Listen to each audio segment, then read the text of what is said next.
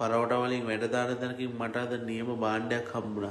ඕගොල්ලෝ කිලි පරෝටා කාලා ඇති. හැබැයි මේක කිලි පරෝටා නෙමෙයි කෙහෙල් කොලේ උතලා තිබ්බට. මේක සවුත් ඉන්දියන් ඔතෙන්ටික් කූර කඩයි පරෝටා.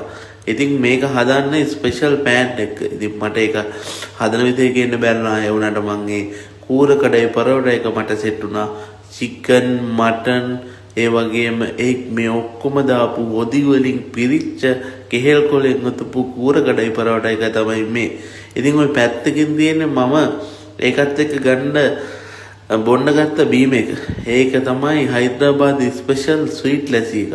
ඒකටත් අයිස්ක්‍රීම් දාලා එතකොට මී පැණි දාලා මාරම රසට තිබ්බ එකක්. ඉතින් පේනවනේ පරෝටා නියමයට හොදි වලින් පෙංගිලා නියමයට තියෙන්නේ ඒගොල්ලෝ ඒකට ස්පෙෂල් රෙසිපියක් දාලා හදන ඉඳ.